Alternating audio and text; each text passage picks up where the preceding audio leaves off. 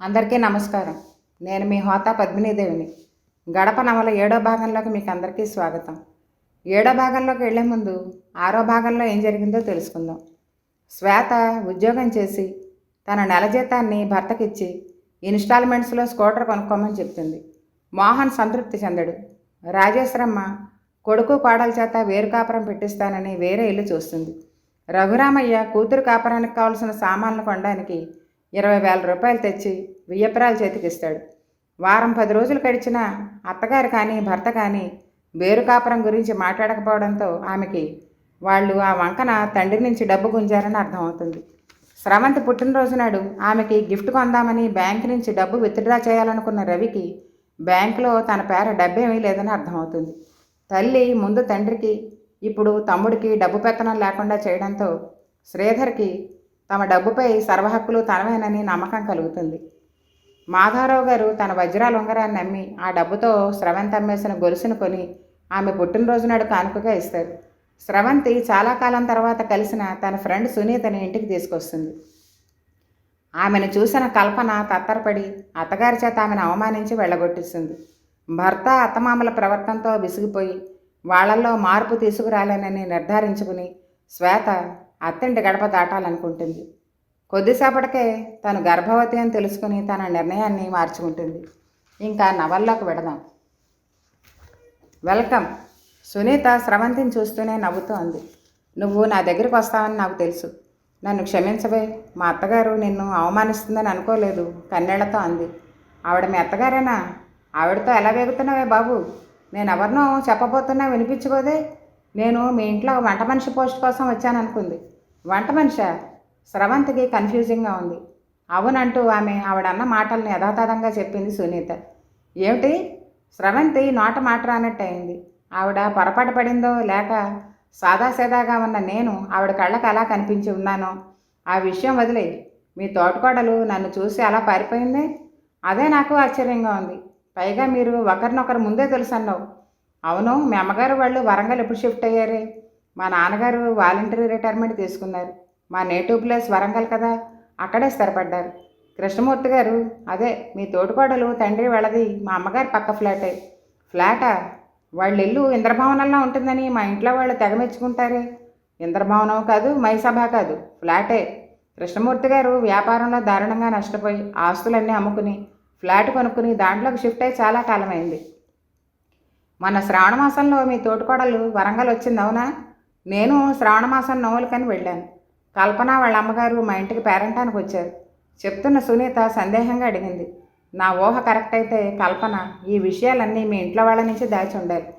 సంభ్రమంగా వింటున్న స్రవంతి అవునన్నట్టు తలోపింది. నేను నీ స్నేహితురాలని తెలియగానే ఈ విషయాలన్నీ నేను నీతో ఎక్కడ చెప్తానోనని భయపడి ఉంటుంది. అందుకే మీ అత్తగారి ద్వారా నన్ను మీ ఇంట్లోంచి వెళ్ళగొట్టించింది. నిన్న మీ ఇంట్లో జరిగిన అవమానానికి నేను నీ స్నేహాన్ని వదులుకుంటానని, నా వల్ల అలాంటి ప్రమాదం మరి రాదని భావించి ఉంటుంది. స్రవంతికి తన తల్లి చేయించిందని గాజుల్ని సగర్వంగా అత్తగారికి చూపిస్తున్న కల్పన కళ్ళ ముందు మెదిలింది. ఆమె తండ్రి ఆస్తులన్నీ పోయాక ఆమెకి గాజులని ఎవరు చేయించుంటారు? స్వింగ్ డోర్ తెరుచుకుని బయటకు వస్తున్న ఆ వ్యక్తులను చూడగానే సునీత చప్పున లేచి నిలబడింది. మా బాస్ అని లోగొంతుకుతో చెప్తూ. స్రవంతి చప్పున అటువైపు చూసింది. ఆ హాలు దాటి పెడుతున్న ఇద్దరు వ్యక్తుల్లో రెండో వ్యక్తి శ్రీధర్. క్షణంలో సగం సేపు అతను ఆమెని చూసి చూడనట్టు తల తిప్పుకుని వెళ్ళిపోయాడు. అతను తనని చూశాడని స్రవంతికి తెలియదు. లైట్ బ్లూ షర్ట్ వేసుకున్న అతనే మా బాస్, చెప్పింది సునీత. రెండో అతను ఎవరు? స్రవంతి తెలియనట్టు అడిగింది. శ్రీధర్ అని ఈ ఫైనాన్స్ కంపెనీలో పార్ట్నర్. ఇంకో 4 పార్ట్నర్స్ కూడా ఉన్నారులే. స్రవంతి భృగుటి ముడిపడింది. శ్రీధరు ఈ ఫైనాన్స్ కంపెనీలో పార్ట్నరా? ఓకే స్రవంతి, నిన్న మీ ఇంట్లో జరిగిన దానికి నేనేమీ అనుకోలేదులే. నువ్వు ఆ విషయంలో బెంగపడకు. నేను ఎప్పటికీ నీ ఫ్రెండ్నే. సునీత స్నేహపూర్వకంగా ఆమె చేతిని నొక్కుతూ అంది. ఇంటికి వచ్చిందన్నమాటే కానీ స్రవంతి మనసులో లేదు. సునీత చెప్పిన నిజాల్ని జీర్ణం చేసుకోలేకపోతోందని. శ్రీధర్ ఫైనాన్స్ కంపెనీలో పార్ట్నర్గా ఉండడం ఏమిటి? ఆ విషయం రవికి తెలుసా? అతను ఎప్పుడూ ఫ్యాక్టరీ విషయాలు తనతో చెప్తూ ఉంటాడు తప్ప తమకి ఫైనాన్స్ కంపెనీ ఉన్నట్టు చెప్పలేదు. అంటే ఇది శ్రీధర్ చేస్తున్న రహస్య వ్యాపారమా? రవి ఆమె ముఖంలోని ఉద్విగ్నతని గమనిస్తూ అడిగాడు. ఏమిటల్లా ఉన్నావు? ఆమె చెప్పింది. రవి భృగుటి ముడిపడగా తీక్షణంగా ఆమెను చూస్తూ అన్నాడు. వాళ్ళ నాన్నగారి ఆస్తి పోయింది అనుకో, ఆ విషయాన్ని దాచి ఆయన ఆస్తిపరుడేనని మనందరినీ నమ్మించాల్సిన అవసరం మా వదినకేమిటి? మీ అమ్మగారి ముందు తన పరువుని నిలబెట్టుకోవడం కోసమే ఉంటుంది. వాళ్ళ నాన్నగారికి వ్యాపారంలో నష్టం వస్తే మా వదిన పరువు ఎందుకు పోతుంది? గతంలో వాళ్ళు కల్పనకి ఘనమైన కానుకలను ఇచ్చి ఉండొచ్చు. ఇప్పుడు వాళ్ళ పరిస్థితులు తారుమారై ఆమెకేమీ ఇవ్వలేని స్థితిలో ఉన్నారు కనుక ఆమె పుట్టింటి నుంచి కానుకలు తేకపోతే మీ అమ్మగారు ఆమెని చులకనగా చూస్తారు. Nonsense! పళ్ళబిగు నారిచాడతను. ఎవరో ఏదో చెప్తే నమ్మేయడమేనా? చెప్పినది నా స్నేహితురాలు. అబద్ధం చెప్తే ఆమెకేం కలిసి వస్తుంది? సునీత నీ స్నేహితురాలు కాబట్టి అబద్ధం చెప్పదంటావు. నా కళ్ళతో నేను చూశాక కూడా అబద్ధమేనంటారా? ఏమిటి నీ కళ్ళతో చూసింది? నేను వెళ్ళేసరికి మీ అన్నయ్య ఆఫీసులోనే ఉన్నారు. ఆయన ఆ కంపెనీలో పార్ట్నర్ అని సునీత చెప్పింది. నువ్వు సునీత కోసం అక్కడికి వెళ్ళినట్టే మా అన్నయ్య వరుణ్ కోసం అక్కడికి వచ్చాడేమో. సునీత కంపెనీలో పనిచేస్తోంది. ఆ కంపెనీ పార్ట్నర్స్ ఎవరో ఆమెకు తెలీదా? ఎవరో చెప్పిందాన్ని నిజమని నమ్మి కొంత ఊహించి విపరీతంగా ఆలోచించకు, అసహనంగా అన్నాడు రవి. ఈ విషయం ఎవరికైనా తెలిసినా మర్యాదగా ఉండదు. కరుగ్గా మారింది అతని స్వరం. ఎందుకంటే నీ ఫ్రెండ్ సునీత చెప్పడం తప్ప అబద్ధం ఎంతో నిజమెంతో మనకు తెలియదు. మీ అన్నయ్యపై మీకు అంత నమ్మకమా? ఏ, నీకు అపనమ్మకమా? అవును, మీ అమ్మగారు మొత్తం డబ్బు పెత్తనాన్ని ఆయనకు అప్పగించారు. ఏదైనా చేయగలరు, చేయడానికి అవకాశం ఉంది. కల్పనకి వాళ్ళ అమ్మగారు గాజులు చేయించారన్నమాట అబద్ధం. మీ అన్నయ్య రహస్య వ్యాపారం ద్వారా సంపాదించిన డబ్బుతో గాజులు చేయించుకుని గొప్ప కోసం వాళ్ళ అమ్మగారి పరువు నిలబెట్టడం కోసం నాటకం ఆడుతోంది. నోర్మొయ్ ఆగ్రహంగా అంటూ, నువ్వు ఇన్ఫీరియారిటీ కాంప్లెక్స్తో చూస్తున్నావు. నీకంటే ఉన్నతంగా ఉన్న వాళ్ళని చూస్తే నీకు కుళ్ళు అసూయ. ఇదివరకు అంతా ఇంట్లో ఎవరేం మాట్లాడుకున్నా అది నిన్ను గురించే నేర్చావు. ఇప్పుడు మా అన్నయ్యకే దొంగని ముద్రేస్తున్నావు. చిచ్చి, నీ వల్ల నాకు ఇంట్లో వాళ్ళతో గొడవలు వచ్చేలా ఉన్నాయి. మా అన్నదమ్ములిద్దరం విడిపోయే వరకు నీకు నిద్ర పట్టేలా లేదు. మన కాపురం సవ్యంగా ఉండాలంటే నువ్వు అనవసరమైన విషయాల్లో తలదొరచకుండా ఉంటే మంచిది. అతని స్వరం హెచ్చరిస్తున్నట్టుంది. అతను తలుపు దడాలను వేసి అవతలకి వెళ్ళిపోయాడు. స్రవంతి గది మధ్యలో స్థాణువులా నిలబడిపోయింది. నువ్వు ఇన్ఫీరియారిటీ కాంప్లెక్స్తో చూస్తున్నావు అన్న రవి మాటలు గుర్తుకొచ్చి ఆమె ముఖం వివరణం అవుతోంది. Inferiority complex? అవును, తను అందరికంటే తక్కువదే. కానీ ఈ ఇంట్లో ఎవరూ తనకు విలువనివ్వలేదు. తను అనుక్షణం ఇన్ఫీరియారిటీ కాంప్లెక్స్తో నలిగిపోయేలా ప్రవర్తించారు. ఒక రకంగా చెప్పాలంటే తను తక్కువదాన్ననే భావం తనలో నాటుకుపోయేలా చేసింది వీళ్లే. తన భర్తే తను చెప్పిన మాటలు నమ్మడం లేదు. ఎలా అతన్ని నమ్మించడం? శ్రీధర్ డబ్బు బ్రీఫ్ కేసులోంచి తీసి కల్పనకి ఇచ్చాడు. అతని ముఖం మామూలుగా లేదని గ్రహించిన ఆమె అడిగింది, ఏం జరిగింది? ఎందుకలా ఉన్నారు? స్రవంతి ఇవాళ మా ఆఫీస్కి వచ్చింది. ఏమిటి? తేలిపుట్టినట్టు ఉలికిపడింది. సునీత దగ్గర కూర్చుని మాట్లాడుతుండగా చూశాను. స్రవంతి మిమ్మల్ని చూసిందా? చూసే ఉంటుంది. సునీత మీరు ఆ కంపెనీలో పార్ట్నర్ అని చెప్పి ఉంటుందా? చెప్పే ఉంటుంది. శ్రీధర్ పళ్ళు కొరుకుతూ అన్నాడు. మన రహస్యం బట్టబయలు కాబోతోంది. మీ అమ్మగారికి తెలుస్తుందని భయపడుతున్నారా? స్రవంతి ఏం చెప్పినా ఆవిడ నమ్మరు. మా అమ్మ నమ్మదు. రవి నమ్మితే? క్షణం జవాబు ఇవ్వలేదు కల్పన.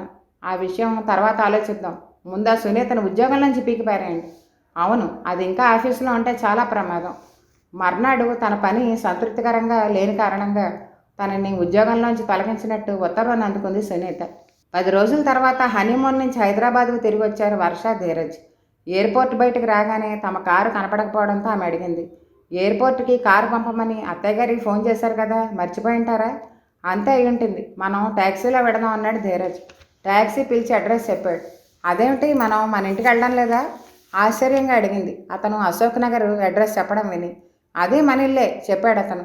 ట్యాక్సీ అశోక్ నగర్లోని అపార్ట్మెంట్స్ ముందు ఆగింది. ముడిపడిన బురుగుడితో చూస్తూ ఆ ఫ్లాట్లో అడుగుపెట్టింది. చవకరకం సోఫా సెట్తో ఉన్న ఆ ఇంటిని చూస్తూ అడుగు ముందుకు వేయలేకపోయింది వర్ష. నడు అన్నాడు ధీరజ్. ఇది మనిల్లా? అవును, చిన్నగా అన్నాడు ఆమె వైపు చూడకుండానే. అతని ముఖంలో ఇబ్బందికరమైన ఫీలింగ్. వర్ష యాంత్రికంగా కదిలి లోపలికి వచ్చింది. ఎదురుగా ఉన్న మామగారు, అత్తగారు అందరూ పరిచితులే. కానీ ఆ ఇల్లు తమదేనంటే ఆమెకు నమ్మబుద్ధి కావడం లేదు. సూట్ కేసు నీ బెడ్రూమ్లో పెట్టుకో అమ్మా అంది కామాక్షమ్మ కుడివైపుగా ఉన్న గదిని చూపిస్తూ. వర్ష గదిలోకి నడిచింది. ఒక డబుల్ కాటు, డ్రెస్సింగ్ టేబుల్ తప్ప ఏమీ లేవు ఆ గదిలో. ఆమెకి కళ్ళు తిరుగుతున్నట్టుంది. సూట్ కేసుని గోడవారగా పెట్టి మంచం మీద కొలబడింది. ఇది మన ఇల్లే అంటాడేమిటి ధీరజ్? ఈ ఇల్లు, ఇంట్లోని ఫర్నిచరు చూస్తే మధ్యతరగతికి ప్రతిబింబంగా ఉన్నాయి. జూబిలీ హిల్స్లోని ఇంద్రభవనం లాంటి ఆ ఇల్లు అక్కడ, ఈ ఇల్లు అక్కడ. ధీరజ్ గదిలోకి వచ్చాడు. అతన్ని చూసి వర్ష లేచి అతని దగ్గరికి వస్తోంది. ఇదేమిటండి ఈ ఇల్లు? శీతాకాలంలో కూడా ఏసీ లేదే నాకు నిద్ర పట్టదని మీకు తెలుసుగా. అయినా మనం ఈ ఇంట్లో ఉండడం ఏమిటి? జూబిలీ హిల్స్ వెళ్ళిపోదాం అంది గోముగా. ఆ ఇల్లు వాస్తుకు నప్పలేదని కొన్ని మార్పులు చేయాలన్నారు. అసలు పెళ్లికి ముందే చేద్దాం అనుకున్నాం. కానీ పెళ్లికి వచ్చిన బంధువులందరికీ ఈ ఇల్లు సరిపోదని ఆపేశాం. ఎన్నాళ్లలో పూర్తవుతుంది? సుమారుగా ఒక నెల పట్టొచ్చు. నెల? అయిష్టంగా అంది. నేను ఒకసారి మా అమ్మకి ఫోన్ చేయాలి మనం వచ్చేసామని. మా అమ్మకు తెలుసో తెలీదో. చేసుకో, వీధి చివర ఎస్టీడీ బూత్ ఉంది. ఈ ఇంట్లో ఫోన్ కూడా లేదా? లేదు, రేపో ఎల్లుండో వస్తుంది. వర్ష గదిలో నుంచి బయటకు వచ్చింది. ఆమెకి అసహనంగా ఉంది. డ్రాయింగ్ రూమ్ మనబడే ఆ గదిలో కూర్చున్న అత్తగారు మామగారు సీరియస్గా ఏదో విషయం మాట్లాడుకుంటున్నారు. వర్షం చూడగానే మాట్లాడడం ఆపి, కాఫీ తాగుతావా అని అడిగింది కామాక్షమ్మ. ఇప్పుడే వస్తానంటీ అని చెప్పి మెట్లు దిగి కిందకు వచ్చింది. ఎస్టీడీ బూత్ దగ్గర నలుగురైదుగురు ఉన్నారు. ఆమె వాళ్ళు మాట్లాడడం పూర్తయి తనంతా వచ్చే వరకు అసహనంగా నిలబడింది. ఆమెకి ఉక్రోషంతో కన్నీళ్ళు వస్తున్నాయి. కారులో నుంచి తప్ప కాలు బయట పెట్టని తను మామూలు మనిషిలా ఎస్టీడీ బూత్ దగ్గర ఫోన్ చేయడం కోసం వెయిట్ చేయడమా? ఆమె ఇంటికి ఫోన్ చేసింది. ఫోన్ రింగ్ అవుతోంది కానీ ఎవరూ లిఫ్ట్ చేయడం లేదు. ఇంట్లో ఎవరూ లేరని అర్థమైన ఆమె తండ్రి మొబైల్ ఫోన్కి రింగ్ చేసింది. హలో. తండ్రి స్వరం వినగానే ఆనందాతిరేకంతో ఉంది. నాన్న, నేను వర్షని. అమ్మ వర్ష, ఎక్కడి నుంచి తల్లి? ఆయనకి కూతురు స్వరం వినగానే దుఃఖం వచ్చేసింది. వర్ష క్లుప్తంగా చెప్పింది. ఇంటి అడ్రస్ చెప్పు చెప్పింది ఆమె. సరే, నేను మీ అమ్మ వస్తున్నాం. ఆయన సెల్ ఆఫ్ చేశాడు. వర్ష తను మాట్లాడిన ఫోన్ కాల్కి డబ్బులు చెల్లించి బయటకు వచ్చింది. మా అమ్మకి ఫోన్ చేశానంటే ఇప్పుడు మా అమ్మ నాన్నగారు ఇక్కడికి వస్తున్నారు, అత్తగారు అడగకుండానే చెప్పింది. అలాగా అందావిడ. కాఫీ కలుపుకో, వంటగదిలో పాలు డికాషన్ ఉన్నాయి. తను కాఫీ కలపాలా? పుట్టి బుద్ధరిగాక ఒక్కసారైనా వంటగదిలోకి వెళ్ళలేదు తను. వంట మనిషి రాలేదా అంటే? ఆవిడకి సుస్థి చేసింది. పెళ్లిలో చాలా పని చేసిందిగా. వర్ష వంటగదిని వెతుక్కుంటూ వచ్చింది. అక్కడ గ్యాస్ స్టవ్ మీద పాలగిన్నె కనిపించింది కానీ పాలు చల్లారిపోయి ఉన్నాయి. గ్యాస్ లైటర్ కోసం చూసింది, అది కనిపించలేదు. ఆంటీ, గ్యాస్ లైటర్ ఎక్కడుంది అడిగింది. అక్కడే ఉంటుంది, వెతుకు అందావిడ కూర్చున్న చోటు నుంచి లేవకుండానే. కాఫీ తాగి గ్లాసు కూర్చున్న చోటనే వదిలేస్తే వంట మనిషో నౌకర్లో తీసి బయట పెడతారు తమ ఇంట్లో. ఇప్పుడు కాఫీ కలపబోతున్న వర్షకి తను మొదటిసారిగా కాఫీ కలుపుతున్నప్పుడు థ్రిల్ లేదు సరికదా. విసుగ్గా చిరాగ్గా ఉంది. పటకారుతో పాలగిన్నెలోంచి పాలు వంచుతుంటే పట్టు తప్పి గిన్నె కింద పడి వేడిపాలు పాదాలపై పడ్డాయి. కెవ్వు నరిచింది వర్ష. ఆ అరుపుకి అత్తగారు మావగారు ధీరజ్జు పరిగెట్టుకొచ్చారు. నేల నూలికిన పాలని పాదాలు బబ్బలెక్కి విలవెల్లాడుతున్న వర్షని చూసేసరికి ఆమె అత్తగారికి ఎక్కడలేని చిరాకు పుట్టుకొచ్చింది. కాఫీ కలపడం కూడా రాదా నీకు? చేతకాపోతే చెప్పొచ్చుగా. పాలన్నీ నేలపాలు చేసావా? ఇప్పుడు బయటకు వెళ్ళి పాల ప్యాకెట్ ఎవరు తెస్తారు? వర్ష వెక్కి వెక్కి ఏడుస్తోంది. ఏమిటిది చిన్నపిల్లల? పాలు కాళ్ళ మీద పడినందుకు ఏడుస్తారా? ఇలాగైతే రేపటి నుంచి వంట అలా చేస్తావు? కామాక్షమ్మ చిరాగ్గా అంది. వంట? తను వంట చెయ్యాలా? వర్ష బాధను మర్చిపోయి షాకింగ్గా చూస్తోంది. అదే, వంట మనిషి వచ్చే వరకు నువ్వు అమ్మ ఎలాగో సర్దుకోక తప్పదుగా అన్నాడు ధీరజ్. నాకు ఇప్పటి వరకు వంటింట్లోకి వెళ్ళే అవసరమే రాలేదు తెలుసా. మా ఇంట్లో వంట మనిషే కాఫీ కలుపుతుంది గొప్పగా చెప్పింది. ఇంకెవరినైనా వంట మనిషిని చూసి పంపమని మీ అమ్మగారితో చెప్దాం. నేల నిలికిన పాలని గుడ్డతో తుడుస్తూ సణుక్కుంటోంది కామాక్షమ్మ. ఈ నేపథ్యంలో డోర్ బెల్ మోగింది. తలుపు తీసిన ధీరజ్ ఎదురుగా ఉన్న అత్తమామల్ని గౌరవంగా ఆహ్వానించాడు. రండి అంకుల్. ఆంటీ కులసగా ఉన్నారా? తెచ్చిపెట్టుకున్న నవ్వుతో శైలజ. నవ్వడం చేతకాక శివశంకరం లోపలికి వచ్చారు. వర్షం చూడగానే ఆ ఇద్దరికీ దుఃఖం ముంచుకొచ్చింది. అతి ప్రయత్నం మీద సంభాళించుకున్న శైలజ కూతురు పక్కనే కూర్చుని ఆమె భుజంపై చేయి వేస్తూ అడిగింది. మీరు ఈవేళ పొద్దుటే వచ్చారనుకుంటాను. అవునమ్మా, మేము జూబ్లీ హిల్స్కి వెళ్ళామోయ్. మీరు ఇక్కడికి మారిన విషయం మాకు తెలియదు అన్నాడు శివశంకరం. వాస్తుకు నప్పలేదని ఆ ఇంట్లో కొన్ని మార్పులు చేయమన్నారు అంకుల్, చేయిస్తున్నాం. ఓహో. లోపల నుంచి కామాక్షమ్మ దొమదమలాడుతూ బయటకొచ్చి వియ్యాలవారిని చూసి అంతలోనే ముఖాన్ని ప్రసన్నంగా మార్చి పలకరించింది. కులాసాగా ఉన్నారా వదిన గారు?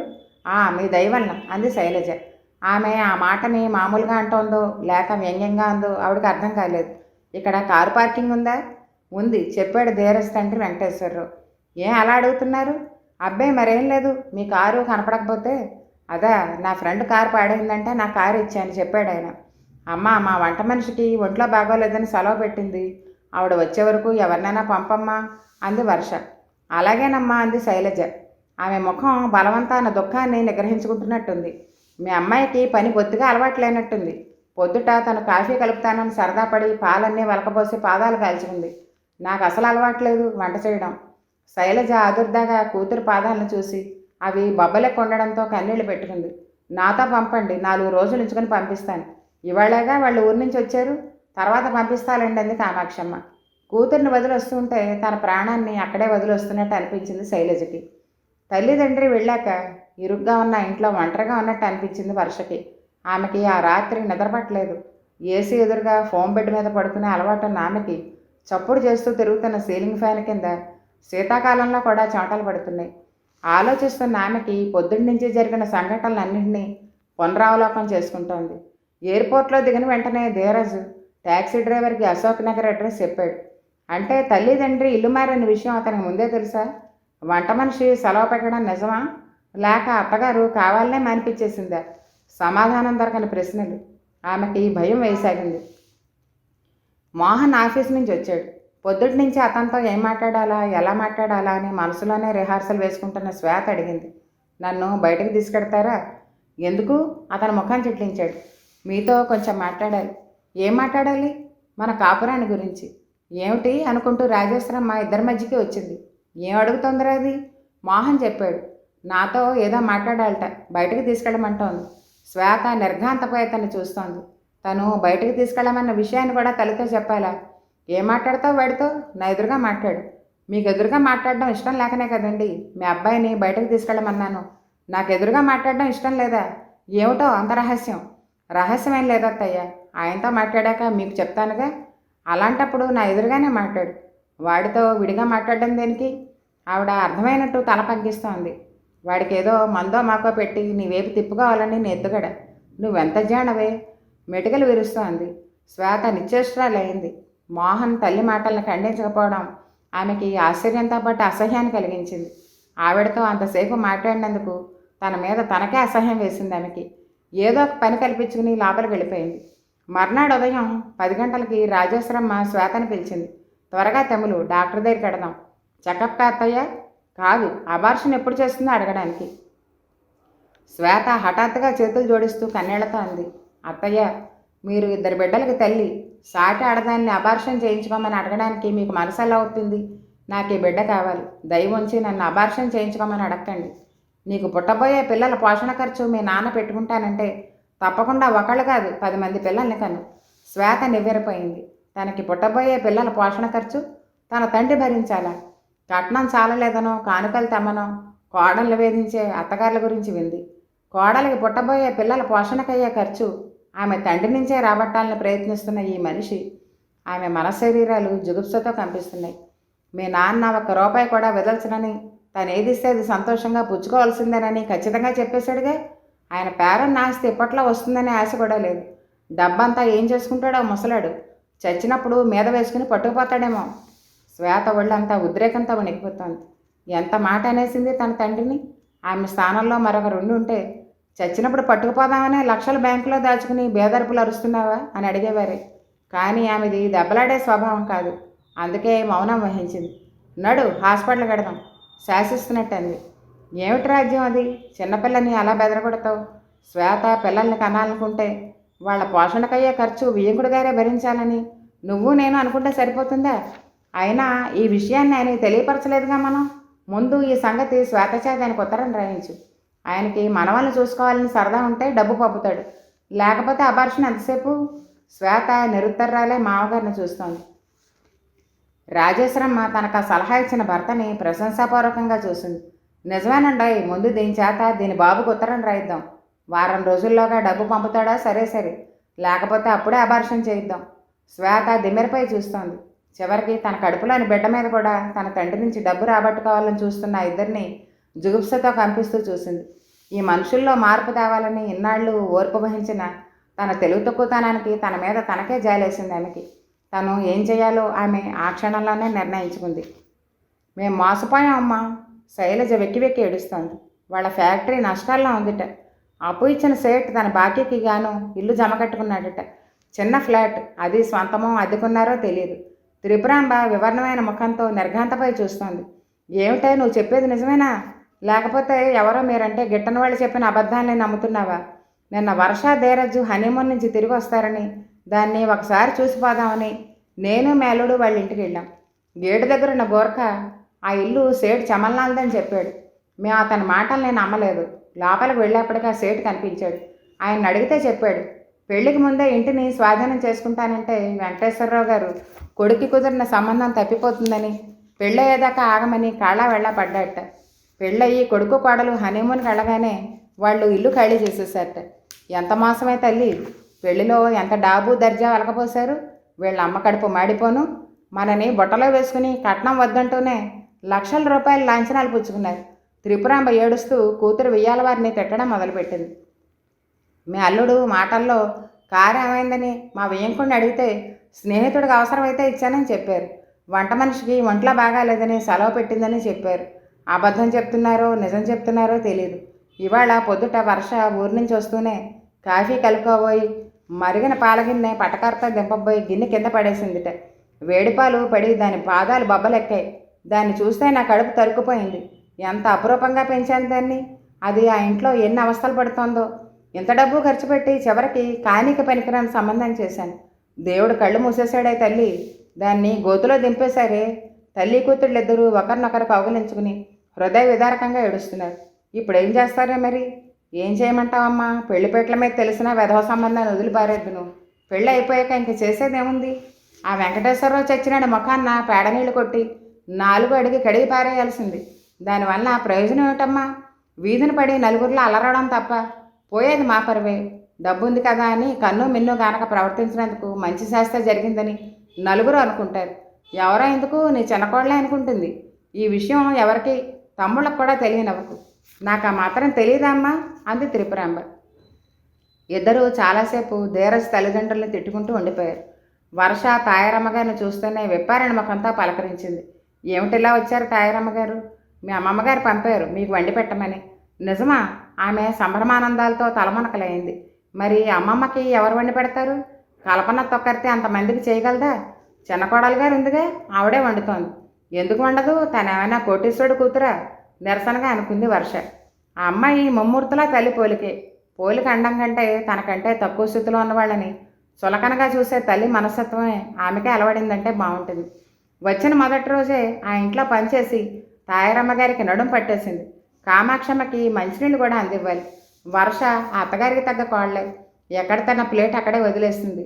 వంట మనుషులు పని మనుషులు మనుషులే కారన్నట్టు కప్పు కాఫీ 4-5 సార్లు అడిగితే కానీ ఇవ్వదు కామాక్షమ్మ.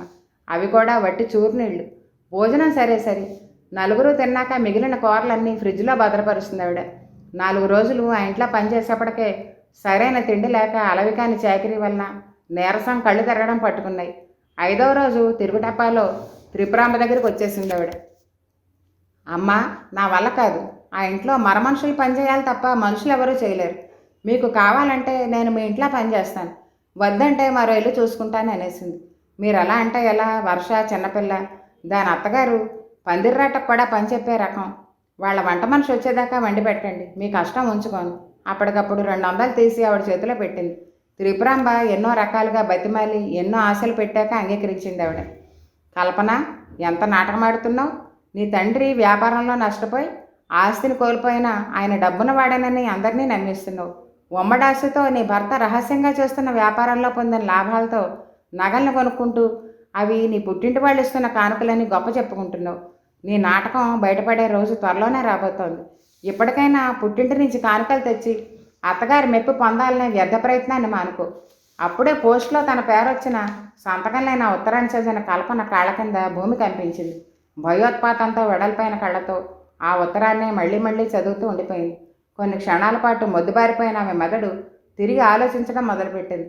ఎవరు రాసుంటారు ఈ ఉత్తరాన్ని అనే ప్రశ్నకి స్రవంతి అనే జవాబు సులువుగానే దొరికింది.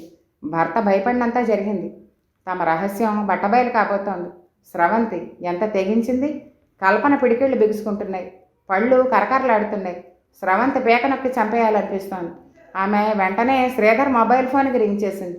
భార్య స్వరంలోని ఉద్వేగాన్ని గమనించి అడిగాడు అతను. ఏమైంది చెప్పు. కొంప మునిగింది చెప్పింది ఆమె. వాట్? కీచుమంది అతని స్వరం. దిగ్భ్రాంతి నుంచి తేరుకుంటూ రౌద్ర స్వరంతో అన్నాడు. అది ఆ స్రవంతి ఎంత పని చేస్తుందని నాకు తెలుసు. నేను భయపడింది అందుకే. ఇప్పుడేం చేద్దాం? నిన్ను బెదిరిస్తూ నీకు ఉత్తరం రాసిందే తప్ప మా అమ్మకి రాయలేదుగా. మరో ఉత్తరం రాని అప్పుడు చెప్తాను దానిపైన అన్నాడు పళ్ళు కొరుకుతూ. దానికి మొదటి నుంచి నీపై అసూయ. ఇప్పుడు అవకాశం దొరికింది కనుక ఇలా సాధిస్తోంది. నీకు ఉత్తరం అందని విషయాన్ని ఇంట్లో ఎవరికీ తెలియనివ్వకు. స్రవంతితో కూడా మామూలుగా ఉండు. దాని ప్రతి చర్యని ఒక కంట కనిపెడుతూ ఉండు. అలాగే జాగ్రత్త. శ్రీధర్ సెల్ ఆఫ్ చేశాడు. త్రిపురాంబ గారు, పెద్ద కొడుకు అంటే ఎంత ప్రేమ మీకు? ధృతరాష్ట్రుడు దుర్మార్గుడైన దుర్యోధుణ్ణి గుడ్డిగా ప్రేమించినట్టే మీరు శ్రీధర్ని గుడ్డిగా నమ్మారు. దొంగకి ఎనపెట్టి తాళాలు ఇచ్చారు. ఇంకనైనా కళ్ళు తెరవండి. సంతకం లేని ఆ ఉత్తరాన్ని త్రిపురాంబ 2-3 సార్లు చదివింది. కవర్ మీద పోస్టు ముద్ర కోసం చూసింది. అది ఆ ఊళ్ళోనే పోస్టు చేయబడింది. ఆవిడలో ఏమాత్రం సంచలనాన్ని కలిగించలేదా ఉత్తరం. ఎవరో తమ ఉన్నతిని చూసి సహించలేని వాళ్ళు ఈర్ష్యతో రాసి ఉంటారనుకుంది. ఆవిడ ఆ ఉత్తరాన్ని చింపైపోయి అంతలోనే మనసు మార్చుకుని బీరవాలో బట్టలడుగుని దాచిపెట్టింది. ఆ విషయానికి ప్రాముఖ్యతనివ్వలేదు. రాజేశ్వరమ్మ కవరు పెన్ను పట్టుకుని శ్వేత దగ్గరికి వచ్చింది. మీ నాన్నకు ఉత్తరం రే. ఏమని రాయను? నీ పోషణ కోసం, నీకు పుట్టబోయే బిడ్డ పోషణ కోసం నెలకి 4,000 పంపమని రే. నేను రాయను స్థిరంగా అంది. అయితే అబార్షన్ చేయించుకో వెంటనే అన్నాడు మోహన్. మీరు తాళి కట్టింది నా మెళ్ళలోనా లేక మా నాన్నగారు ఇచ్చిన డబ్బు మొట్టక? శ్వేత అలా అడుగుతుందని ఊహించని ఆ తల్లి కొడుకుల ముఖాలు ఎర్రబడ్డాయి. అవును, డబ్బు కోసమే నేను పెళ్లి చేసుకున్నాను. నీ అందం చూసి మూర్చిపోయి కాదు, మోహన్ వ్యంగ్యంగా అన్నాడు. మన తొలి రాత్రి కూడా ఇదే మాట చెప్పారు. ఆ రోజే నేను మీతో వివాహ బంధాన్ని ఎందుకు తెంచుకోలేదో తెలుసా? మీలో ఎప్పటికైనా మార్పు వస్తుందనే ఆశతో, మార్పు తేగలననే నమ్మకంతో. కానీ నాది వృధా ప్రయాసాన్ని అర్థమైంది. శ్వేత లోపలికి వెళ్ళి పైనున్న తన బట్టల్ని సూట్ కేసులో సర్దుకుంది. మోహన్ వెనకనే వచ్చాడు. ఎక్కడికి ప్రయాణం అవుతున్నావు? డబ్బుకు మాత్రమే విలువనిచ్చే మీతో నేను కలిసి ఉండను. అంటే కాపురాన్ని వదులుకోవడానికి సిద్ధపడ్డావా? డబ్బు కోసం చేసేదాన్ని కాపురం అనరు, వ్యభిచారం అంటారు. మీరు నా దృష్టిలో మేల్ ప్రాస్టిట్యూట్ కంటే హీనులు. ఇన్నాళ్ళు తనలో దాచుకున్న కసిని కోపాన్ని కక్కుతోంది శ్వేత. ఆమె స్వరంలో జుగుప్స తిరస్కారం ప్రతిఫలిస్తున్నాయి. ఏం కూసావే? అతను చెయ్యెత్తాడు. ముందా చేతిని దింపండి, శివంగిలా గర్జించింది శ్వేత. ఈ క్షణం నుంచి మీరు నాకేమీ కారు. మీకు నాపై ఏ అధికారం ఉందని నాపై చెయ్యెత్తుతున్నారు? ఎత్తిన చేతిని దింపి అప్రయత్నంగానే ఒక అడుగు వెనక్కి వేశాడు. శ్వేత చేతిలో సూట్ కేసుతో బయటకు వచ్చింది. మొగుడిని వదిలి పుట్టింట్లో ఉండడమే గౌరవం అనుకున్నావా? నీ బాబు నేను జీవితాంతం పోషిస్తాడనుకున్నావా? వెటకారంగా అడిగింది రాజేశ్వరమ్మ. మీకు గతంలో ఒకసారి చెప్పాను, మళ్ళీ చెప్తున్నాను. మా నాన్నగారు ఆస్తిపై నాకేమాత్రం ఆశ లేదు. ఆయన నన్ను చదివించారు. నా కాళ్ళ మీద నేను నిలబడేలా చేశారు. నా బతుకు నేను బతుకుతాను. సభాష్ శ్వేత. వెనక నుంచి తండ్రి స్వరం వినిపించి ఆమె తిరిగి చూసి సంభ్రమంతో తలమునకలవుతూ నాన్న అంది. మీరెలా? నిన్ను ఒకసారి చూసడదామని వచ్చానమ్మా. రావాల్సిన సమయంలోనే వచ్చాను. ఇందాక నువ్వన్నావు చూడు, నా కాళ్ళ మీద నేను నిలబడతానని. ప్రతి ఆడపిల్లలోనూ ఆ మనస్థైర్యమే ఉండాలమ్మా. పెళ్ళి అనే భద్రతని డబ్బిచ్చి కొనుక్కోవాలనే ఆలోచన నుంచి ప్రతి ఆడపిల్ల బయటపడాలి. ఈ కూతురికి ఆ తండ్రి వత్తాసు. పుట్టింట్లో అన్నాళ్ళు ఉంచుకుంటావు నీ కూతుర్ని? రాజేశ్వరమ్మ వ్యంగ్యం కోపం మిళితమైన స్వరంతో అడిగింది. జీవితాంతం ఉంచుకుంటాను. ఆడపిల్లకి అత్తింట్లో రక్షణ కరువైనప్పుడు పుట్టిల్లే రక్షణ కోట కావాలి. ఆ రక్షణని నా కూతురికి నేను ఇస్తాను అన్నాడు రఘురామయ్య స్థిరంగా. పదమ్మ శ్వేత అన్నాడు ఆయన. స్థిర నిశ్చయంతో ఆ ఇంటి గడపను దాటింది శ్వేత. ధీరజ్ ఇంటికి వచ్చేప్పటికి వర్ష తయారుగా ఉంది. మన ఇంటి పనులు ఎంతవరకు వచ్చాయో చూసొద్దాం పదండి. ఇల్లా? ఏ ఇల్లు? జూబిలీ హిల్స్లో ఇల్లు. అది ఆ ఇంటిని అమ్మేశాం. అమ్మేశారా? ఉలికిపాటుగా అడిగింది. ధీరజ్ సిగ్గుపడుతున్నట్టుగా ఎటో చూస్తూ చెప్పసాగాడు. మా ఫ్యాక్టరీ నష్టాల్లో నడుస్తోంది. అప్పులు తీర్చడం కోసం. అప్పులా? కీచుమంది ఆమె స్వరం. ఆమెకి తన చుట్టూ ఉన్న వస్తువులన్నీ గిరగరా తిరిగిపోతున్న అనుభూతి కలుగుతోంది. ఫ్యాక్టరీ నష్టాల్లో నడుస్తోందా? అవును, గత 6 నెలలుగా నష్టాల్లోనే నడుస్తోంది. పెట్టుబడికి డబ్బు అవసరమే ఒక సేటు దగ్గర అప్పు చేశాం. ఆ అప్పు తీర్చలేదని ఆయన మన పెళ్లికి ముందే ఆ ఇంటిని జమ కట్టుకున్నాడు. అంటే డబ్బున్న వాళ్ళలా నటించి నన్ను పెళ్లి చేసుకున్నారనమాట. ఎందుకు అబద్ధం చెప్పారు? ఎందుకు మా నాన్నగారిని నమ్మించి వంచారు? నన్ను క్షమించు వర్ష. వివరణమైన ముఖాన్ని కిందకు దించుకున్నాడు అతను. వర్షకి ఉక్రోషంతో ఏడుపొస్తోంది. త్వరలో తమ ఇంటికి వెళ్ళిపోతామని, ఇంద్రభవనం లాంటి ఆ ఇంట్లో స్వర్గసుఖాలను అనుభవించవచ్చనే ఆశతో ఎన్నాళ్ళు ఈ ఇరుకు గదుల్లో ఓపిగ్గా కాపురం చేస్తోంది. ఇప్పుడు ఆశ ఎప్పటికీ నెరవేరేది కాదని అర్థమైపోయింది. ఎందుకు ఇంత మోసం చేశారు నన్ను? ఏడుస్తూ అడిగింది. నాకు నిన్ను మోసం చేసే ఉద్దేశం లేదు. కానీ మా అమ్మా నాన్నలు నా నోరు నొక్కి నీతో పెళ్లి కొప్పించారు. వర్ష ఈ నైవంచన్ని తట్టుకోలేకపోతోంది. కొద్దిసేపు అసహాయంగా ఏడుస్తూ ఉండిపోయింది. కాసేపటి తర్వాత ముఖం కడుక్కుని బయటకు వచ్చింది. హాల్లో కూర్చున్న అత్తగారిని మామగారిని ఏహ్యంగా తిరస్కారంగా ఒక చూపు చూసి బయటకు వచ్చి ఖాళీగా పోతున్న ఆటో నాపి ఎక్కింది. వేళగాని వేళలో వచ్చిన కూతుర్ని చూసి శైలజ ఆశ్చర్యపడింది. ఆమె ముఖం మామూలుగా లేకపోవడంతో ఏదో జరిగి ఉంటుందని ఆందోళన పడింది. వర్ష వస్తూనే తల్లిని కౌగిలించుకుని ఏడవడం మొదలుపెట్టింది. ఏం జరిగిందమ్మా? గుండె దడదడలాడుతుండగా అడిగింది శైలజ. మనం మోసపోయామమ్మా అంటూ వర్ష భర్తతో తన సంభాషణ చెప్పింది. శైలజ ఏడుస్తూ అంది. ఈ విషయాలన్నీ నాకెప్పుడో తెలుసమ్మా. నీకు తెలిస్తే బెంగ పెట్టుకుంటావని చెప్పలేదు. నేనింకా ఇంటికి వెళ్ళను, వాడితో కలిసి ఉండను. శైలజ గుండెల్లో మంట పెట్టినట్టు అయింది. వర్ష పెళ్లికి ఎన్ని లక్షలు ఖర్చు పెట్టింది? అంతా బూడిదలో పోసిన పన్నీరైంది. తను అపాత్రదానం చేసింది. మీ నాన్నగారు ఇంటికి వచ్చాక ఆలోచిద్దాంలేమ్మా అంది కూతురు నోదారుస్తూ. తండ్రి ఇంటికి వచ్చాక తనకి జరిగిన మోసానికి మరోసారి ఏడ్చి తనకి ఇంకా ఆ ఇంటికి వెళ్ళే ఆలోచన లేదని నొక్కి వక్కాణించింది వర్ష. పెళ్ళై 20 రోజులు కాపురానికి వెళ్ళనంటున్న కూతురికి ఎలా నచ్చ చెప్పాలో అర్థం కానట్టు కొన్ని క్షణాలు అసహాయంగా ఆమెను చూసి అన్నాడు శివశంకరం. ధీరజ్ బుద్ధిమంతుడే కదమ్మా. చాలా మంచివాడు. తల్లిదండ్రులతో కలిసి నాటకం ఆడి నన్ను పెళ్లి చేసుకుని మనల్ని నిలువునా ముంచిన బుద్ధిమంతుడు. అది కాదమ్మా, వ్యక్తిగతంగా అతను మంచివాడేనా? ఏవైనా దురలవాట్లు ఉన్నాయా? ఏమీ లేవు. వ్యాపారం అన్నాక ఆటుపోట్లు సహజం. వాళ్ళు మనని మోసగించడం అని నిజమే. అంత మాత్రాన అతనితో వైవాహిక బంధాన్ని తెంచుకుంటావా? అంటే నన్ను ఆ ఇంట్లో ఉండమని అంటున్నారా నాన్న? మీరే చెప్పండి. నేను ఏసీ లేకుండా ఏ రోజైనా పడుకున్నానా? కారులో తప్ప ఆటో ఎక్కానా? వర్ష స్వరం దుఃఖంతో పొడిగిపోయింది. అలాంటి నేను ఆటో ఎక్కి ఒక మామూలు ఆడపిల్లలా వచ్చాను. అమ్మమ్మ తాయారమ్మ గారిని పంపబట్టి కానీ లేకపోతే ఆవిడ నా చేత వంట చేయించి ఉండేది. అసలు మీరు ఇక్కడ ఉండాల్సిన అవసరం ఏంటమ్మా? హాయిగా అమెరికా వెళ్ళిపోండి. ధీరజ్ అమెరికాలో ఎంఎస్ చేసే వచ్చాడుగా. అతని క్వాలిఫికేషన్కి అక్కడ ఉద్యోగం తప్పకుండా వస్తుంది. అమెరికా అనే మాట వినగానే వర్ష కళ్ళల్లో వెలుగొచ్చింది. నాకు ఆ విషయం తట్టనే లేదు నాన్నగారు. కానీ ధీరజ్ అమెరికా వెళ్ళడానికి ఒప్పుకుంటాడో లేదో నేను అతనితో మాట్లాడతాను అన్నాడు శివశంకరం. అతని క్వాలిఫికేషన్స్కి ఇక్కడ ఉద్యోగం వస్తుంది, కానీ ఇక్కడ జీతం తక్కువ.